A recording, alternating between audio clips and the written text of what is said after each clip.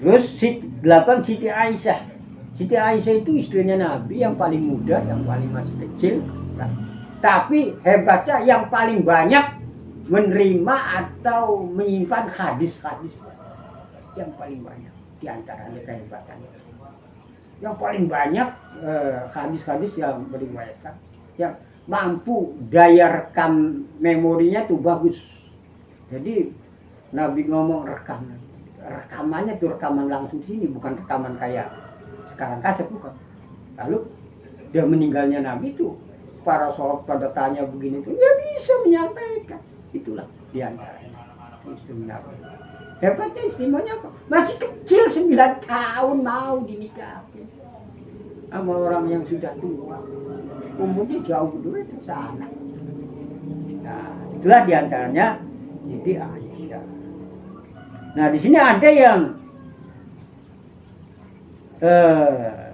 dikatakan wali, itu wali perempuan, namanya Robi'atul Al-Adawiyah 1, ada Robi'atul Al-Adawiyah 2. Nah, kok 1 2? Iya, yang satu tidak pernah nikah sampai tua, sampai meninggal. Yang satu sudah pernah nikah, menjanda, terus sampai. Nah, apa keistimewaan lebihnya? Yaitu lain daripada yang lainnya. Itu dia itu ibadahnya, apanya, beramalnya itu semuanya karena mencintai Allah, cinta Allah, hablum minallah. Ini ya makanya itu dapat predikatnya wali perempuan. Jadi wali itu banyak sebenarnya, bahkan ada yang perempuan, yaitu Robi'atul Al-Adawiyah 1, Robi'atul Al-Adawiyah 2. Yang satu yaitu misalnya 1 2 namanya sama, tapi yang satu menjanda, yang satu tidak pernah nikah. Nah, lalu ke 10 itu ke 11 Siti Ajeng Kartini. Nah, ini orang Indonesia, orang Jawa. Tapi apa kok saya sebutkan hebatnya? Itu bisa mencetuskan, mendongkrak kaum laki-laki yang tertekan, kaum perempuan yang tertekan, yang dipingit saja, tidak bisa sekolah, tidak bisa apa, di rumah saja, itu bisa mendongkrak, akhirnya emansipasi wanitanya itu bisa terbukti, perempuan bisa jadi ini, bisa jadi ini, bisa jadi ini. Tapi saya sayangkan bahwa perempuan sekarang ini emansipasi wanitanya banyak yang kebablasan. Kalau jadi presiden itu sih tidak kebablasan. Kalau yang sampai angkat besi perempuan, main bola, main badminton, main bola, itu emansipasinya kebablasan.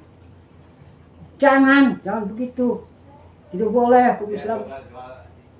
Jadi jangan kebablasan emansipasi wanita perempuan itu. Kalau main bola, main voli, badminton, angkat besi, olahraga itu walaupun namanya olahraga, itu namanya emansipasi wanita yang kebablasan. Jadi jangan ditiru, jangan dipakai, jangan. Emansipasinya itu belajar, bisa jadi sarjana, bisa jadi guru, bisa jadi camat, bisa jadi bupati, bisa jadi bahkan jadi presiden, bisa itu. Yang begitu. Nah, ini itu Ajeng Kartini. Yang ke-12 sebenarnya sih banyak. Ada juga ini yang sekarang masih hidup nih orangnya. Maaf, Ibu Megawati Soekarno Putri itu pernah jadi presiden. Walaupun tidak lama, tapi itu anaknya presiden, perempuan jadi presiden. Apa bisanya saya dimasukkan termasuk perempuan-perempuan yang istimewa di sini? Saya pernah waktu dulu Bu Mega lagi jadi presiden, saya nyetel radio. Di radio di situ Bu Mega presiden pidato. Pidatonya begini singkatnya.